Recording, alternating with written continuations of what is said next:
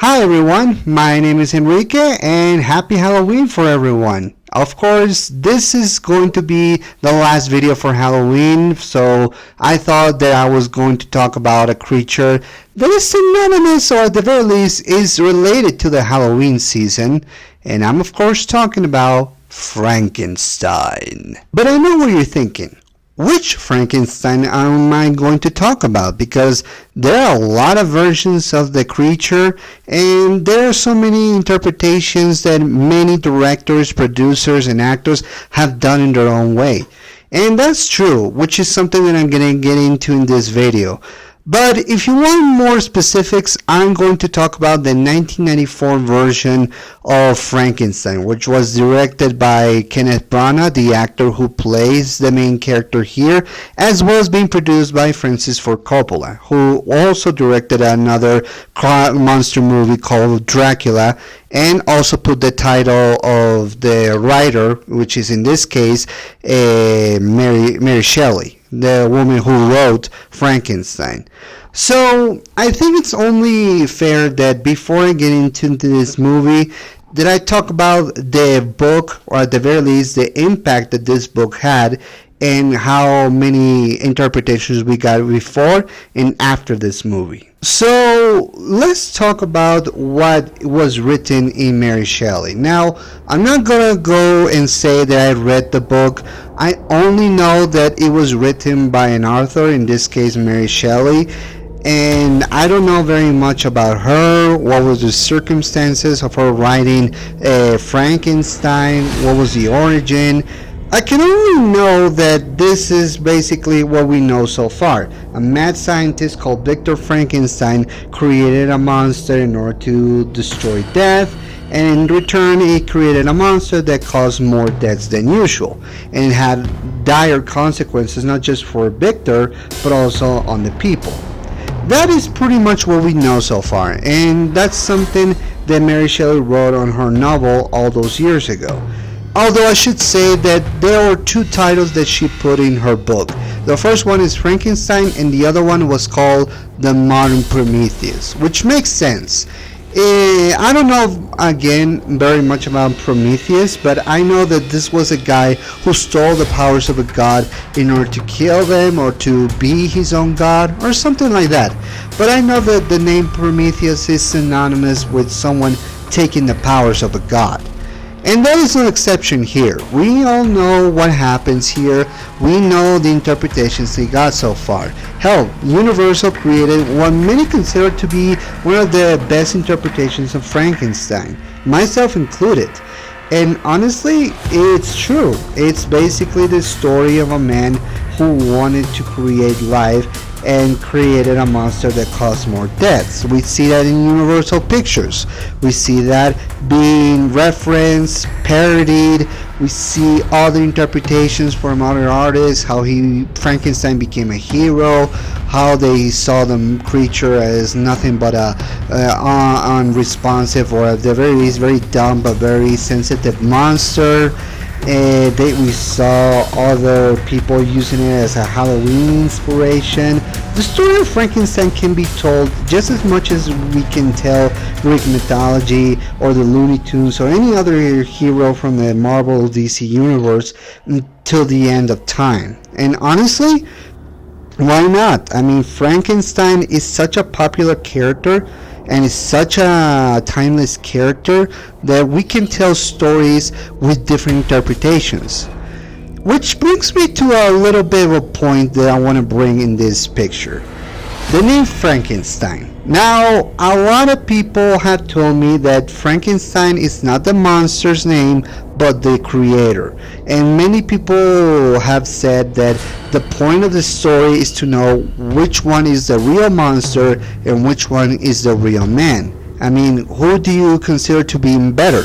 A monster who didn't ask to be created, or the mad scientist who wanted to do good but instead created a lot of damage? Honestly, those are great stories and great points of view, but honestly, I always call the creature Frankenstein because, well, he was created by Victor Frankenstein, so that technically makes him his son. Hell, even in this movie, the creature calls his creator father. That's pretty much it to tell you that, yeah, the monster is called Frankenstein. And no matter what you say, even though you probably say that that is not the point of the book, fair enough. But I'm just saying that I call this creature Frankenstein, and no, I don't care if it means that it has a different meaning in the book. I just think that, yeah, the creation should carry the creator's name, even if it's not by choice. That's what I know, at least.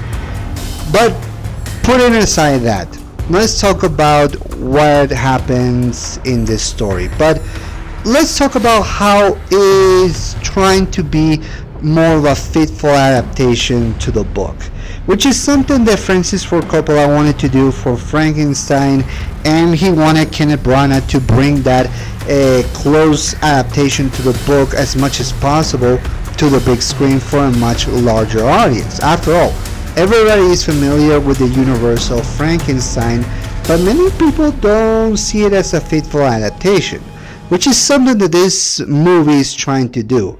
It is something that Kenneth Branagh attempted to do all those years ago. However, over the years, I don't see this movie being talked about as much, and that's saying something because we got a lot of great cast, a lot of great production and cinematography. So I thought, hey, for this year Halloween, and the fact that this movie has now 21 years of life, I thought it was only fitting to resurrect this forgotten movie and talk about what impact, or at the very least, what this movie had and what many people think over the years. So brace yourself, since I'm going to talk about what Kenneth Branagh did in this adaptation. We all know how the story came to be, but for those who don't know very much about the novel or what happens in the movie, here's the setup. A young scientist called Victor Frankenstein decides to eradicate death by creating a monster. Now, the story is pretty much what we know in pretty much every form of media, but his reasonings are much deeper than that. You see, his mother passed away. He realized how much time he didn't have left to say goodbye. He was a very close-minded individual who didn't understand how to live his own life without thinking about his experiments or his studies.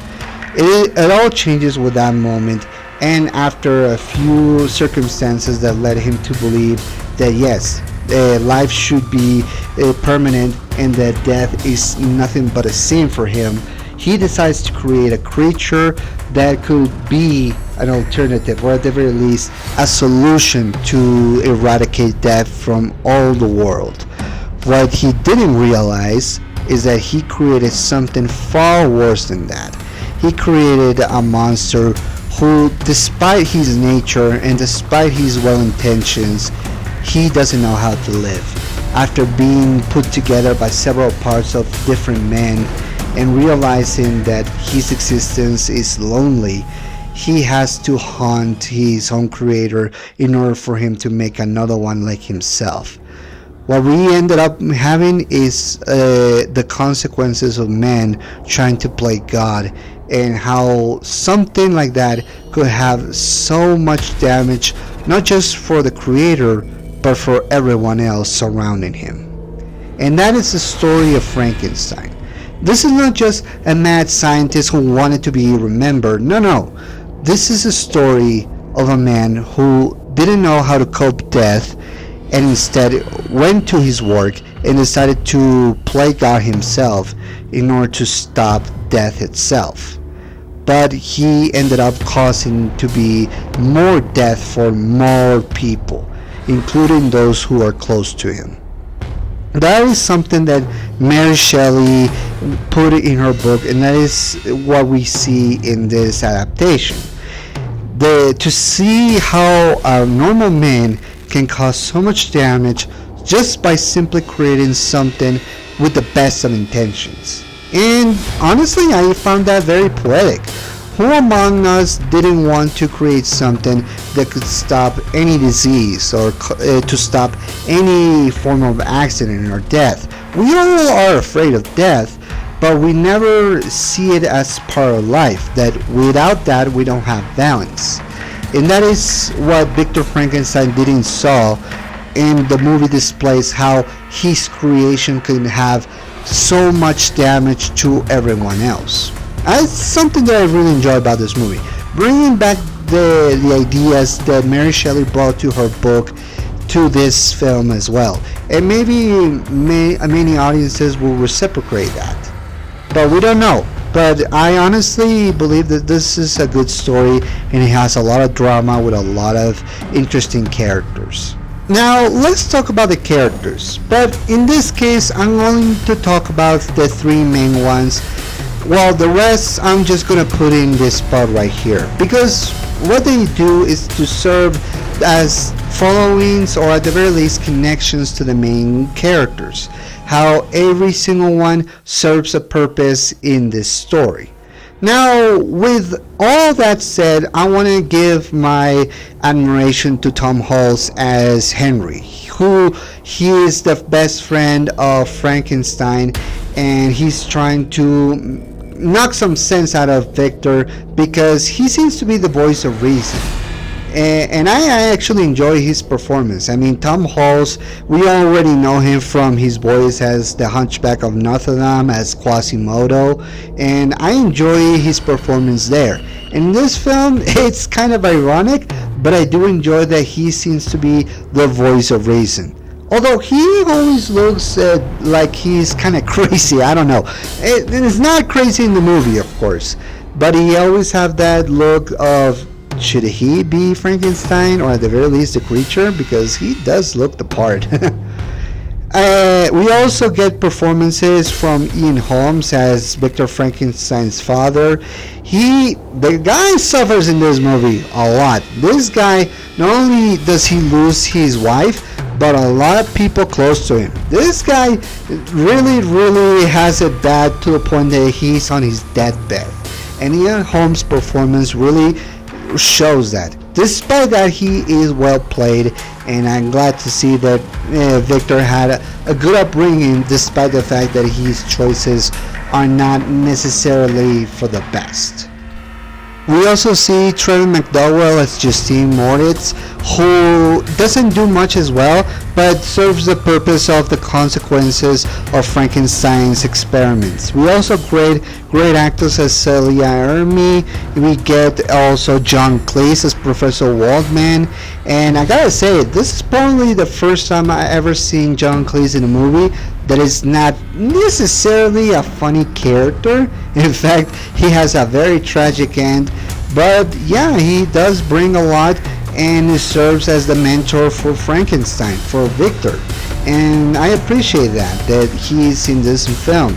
We also get Celia Ermey as Mrs. Moritz, who is the mother of Justine, and boy, she brings a good performance, but suffers as well. We also get an appearance from Aidan Quinn as the ship commander's Robert Walden, and honestly, while he doesn't do much other than to bookend the movie, he's at the beginning and he is at the end, he does a good job, and serves also as a person who realizes what someone who has higher admirations or higher standards, or not like that, like he has higher goals that he wants to achieve, but realizes that it's not worth it if many people die because of it. So he does serve that purpose. Now, with all of that being said, and with all the characters that I mentioned out of the way, let's talk about all the three main characters. I'm going to start with Helena Bonham Carter as Elizabeth Lavenza. In this case, Elizabeth, just like the side characters, serves the purpose of being a motivating force for Victor. After all, they met as kids, and she fell in love with Victor almost from the beginning. And she has been doing nothing more than to be loyal and to be very close to Victor as much as she can, because she wants Victor to have a normal life. and she wants to be there for Victor as much as possible, even though she doesn't agree with the decisions he makes in order to achieve his goals. That's something that we see in Helena Bonham Carter, and she brings a very normal but still very deep performance to this character. Elizabeth is always been seen as a casualty of Victor Frankenstein's experiments. In other versions we see her live and die, but yeah, this one is very different from the rest, but in my opinion it is in the same spirit as in the original, or at the very least it should be his own thing, and Helena does bring her own flavor to Elizabeth.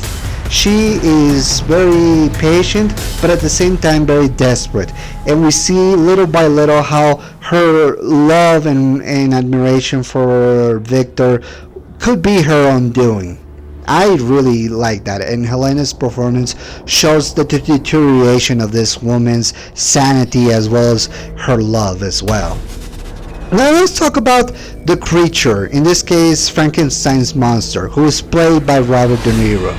I think we can all agree that Robert De Niro is one of the best actors out there, and the fact that he was attached to this film shows that many people wanted this film to succeed, or at the very least have a great marketing place in which everyone can see Robert De Niro as the creature Frankenstein. So yeah, that's probably one of the top villains that we get here. But this story is not necessarily about him, but he's one of the factors. If anything, he's one of the main characters. He was made of the remaining parts of different men. And we also see that De Niro plays a guy, a sharp-featured man who killed the Professor Waldman in this film, and how he was killed, or at the very least executed, by the public, and how ironically the man who killed him is using his brain. That is very disturbing indeed. And that is what the character, or at the very least the creature, is trying to come into terms with. This man, or at the very least this creation of several men, is trying to find a place in the world. After all, he never asked to be born or to be made, but yet he's still alive, realizing how much he was alone, how much he wanted to do good, but people rejected him for that. How he's trying to show kindness, but still goes into his basic instincts of killing and mating, and all because he wants to belong somewhere. And that is something that De Niro really brings to this table. Now I will say this, there are times that I feel that De Niro is trying to be too over the top, or at the very least trying to be very sinister. I mean, after all, when you get a guy who is being in Cape Fear, you know that he's not necessarily going to be looking the best way possible. But hey, De Niro is a great actor, and he's trying his best with the script that he is given. There are parts that I feel like he should have come across more sympathetic, but at the same time is trying to look menacing as well. And that is what we see in this film, how this creature is both menacing and yet sympathetic at the same time. After all, Frankenstein has always been serving as the inspiration of sympathetic monsters. People who don't want to harm, but at the same time, they're trying their best to reserve their own instincts, or at the very least keep their instincts at bay, but failing to succeed, and how that tortures them inside. And it's no exception in this film. But yes, because Robert De Niro has a certain way of acting, like he can come across as very angry or very intimidating as well, he can sometimes miss some moments. Like a character that I'm not going to mention who dies, and he doesn't show to have very much remorse. And that's something that I want to bring up. There was an unedited edition of the movie that was pretty much not public until years later, in which we see how Frankenstein was trying to be more sympathetic in this film. Now let's talk about the main character and the person who directed this film. Kenneth Branagh as Victor Frankenstein. I think we can all agree that the entire movie pretty much revolves around him, his choices, and the consequences of his actions. How Victor, a man with a brilliant mind and a well-intended spirit, somehow created something very, very bad for everyone, including himself. This is a man who created a monster in an effort to combat and destroy death from humanity, not realizing that because of that he ended up creating a creature that caused more harm and death than ever before, and how this affected him, his friends and loved ones, and how he much realizes that his best efforts somehow didn't end up paying for the best, and how everything around him dies. That is something that is very tragic, but very fitting for the character of Victor Frankenstein. Kenneth Branagh does bring a double duty to this film. He does a lot throughout the entire running time. We see how Victor is trying his best to keep the monster at bay, but at the same time how he cannot let go of the people he lost. That is something that we see in Victor, how this man, despite his brilliant mind and intelligence for ingenuity and scientific experiments, doesn't seem to realize that death is part of life, and without it there will be no balance. We see how much it affected him and how much he didn't actually mature very much, how he is very intelligent but doesn't have very receptive senses when it comes to other people's plows, how he doesn't understand that the death of his mother doesn't necessarily mean that it should be something they should avoid for any people, how he can let go, because after all it's all about his pain, his suffering. He's the one who suffers the most, but he doesn't realize that through that he has to be a better person. In the end, he lets his own choices to drive the entire running time and how much it affects him and the people he cares. Victor Frankenstein is definitely one of the most complex characters in this story. Although I will say this, Kenneth Branagh, as much as a good actor he is, and I admire not only his work as an actor but also as a director, he can be a little bit more over the top. He actually screams at the top of his lungs. I don't know if he's trying to do the Universal's version of Victor Frankenstein, but man, he is definitely showing how much he screams, how much he yells. I mean, this guy doesn't have a moment to rest. He's always running, screaming, pretty much showing too much raw emotion, in my opinion, and how much he really cares about the character. But I gotta say, if I was the director who also has to be in the film as well, that would be very hectic for me as well.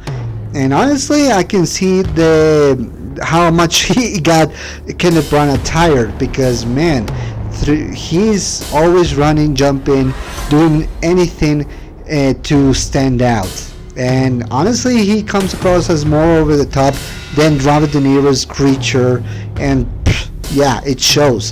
While Robert De Niro is more restrained in his performance, a little bit at the very least, Kenneth Branagh is almost like a jumping bean. Like, he doesn't stop by any second. And honestly, I don't know if it's fitting for the character, but it does show how much he wanted this film to work. Like, for us to understand Victor, he wanted for us to see how much he acted and portrayed himself as. So yeah, it's definitely very too much over the top if you ask me. But he does a great job, and I feel his plight and I feel his determination. Now let's talk about the production design. There is not much CG in this film, honestly. There is not much CG that you can see, but it does show a lot of practical effects and a lot of production design, not only in the clothes to make it look like he's from the 19th century, but also how the production from the creations, the artifacts, the experiments that he conducts, the makeup for the creature Frankenstein, everything in the movie. Like, it has a distinct look and feel, and it shows also in cinematography that is very dark and very twisted, almost from the 90s, to say the least. Like, it's from the 90s, but it shows how the decade of the 19th century was very dark and twisted, especially when it came to death and pollution and all sorts of diseases. Like, this movie shows how sick this movie is, especially in the body parts. Like, I'm not gonna show it here, but this movie, it does not hold back in the gore and in the mutilation, because if for Frankenstein to work, we see how much of the body parts it was used. And like I said, using the mind of the doctor who was killed by the man who basically is now going to use his body or his head or face is pretty effed up. And I gotta say, it really looks very sick and twisted. But it's definitely fitting, because something that we understand from the novel and from other versions, Frankenstein is not supposed to look human. It's supposed to look like a walking corpse. And that's something that we see displayed here. But hey, give credit to the production design, because they really did a strenuous job, or a stunning job, recreating everything from the 19th century. And it definitely shows in this picture how much it was dark and twisted. Say what you want about Kenneth Branagh and his movies, but the man has mad talent when it comes to the production and the cinematography, which is something that we also see, and that might be part of the reasons why many critics have mixed opinions about the film, because they felt like the cinematography in this picture is very frantic and manic, and it definitely shows, because it has a lot of jump cuts, a lot of twisted shots and close-ups and zoom-ins and zoom-outs, how it spins around too much, and how it's very frantic with its pacing, which is definitely displayed in this film, how it's trying to be very frantic and very unstoppable, to say the least, or at the very least how it's very crazy when it comes to the production of the shots and the cinematography, which is not a bad thing when you want to portray a film that is very frantic and very, very ridiculously crazy. You can do that. But one of the many criticisms that I seen this movie to have is how it doesn't seem to be scary. That is disgusting and frantic, but it is not scary, which is the point of the story of Frankenstein. Like, it's supposed to also be scary as well. Like, in the mix of making the story very dramatic and very poetic, it lost the touch of being also scary, which is something that the original Universal's Frankenstein they brought to the table. Maybe that wasn't the intention of the filmmakers, but many people criticize this film because of that, because it wasn't exactly scary or not as frightening as other versions, especially from the Boris Karloff version. Which brings me to a point that many people probably want me to hear about or want me to speak on the matter. Is this a faithful adaptation of Mary Shelley's novel of Frankenstein? Well, so here's the thing. Faithful adaptations, I think we come to a point that we should probably be tired of that, because when it comes to faithful adaptations, we can all agree on one thing. They're not going to be 100% faithful to the source material, and honestly, should it be 100% faithful to the source? I'm not saying that the ideas are not valid. I'm saying everything else surrounding it. Like, it doesn't have to be a carbon copy of the book, but you can make it into its own thing, like trying to bring something interesting to the book. Maybe because in books we can see that it's open to interpretation.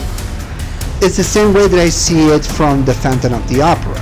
You can turn The Phantom of the Opera as a musical or a scary film or even a video game, but it's always going to be different from what it came from the book. And that is something that we need to keep in mind when it comes to this film.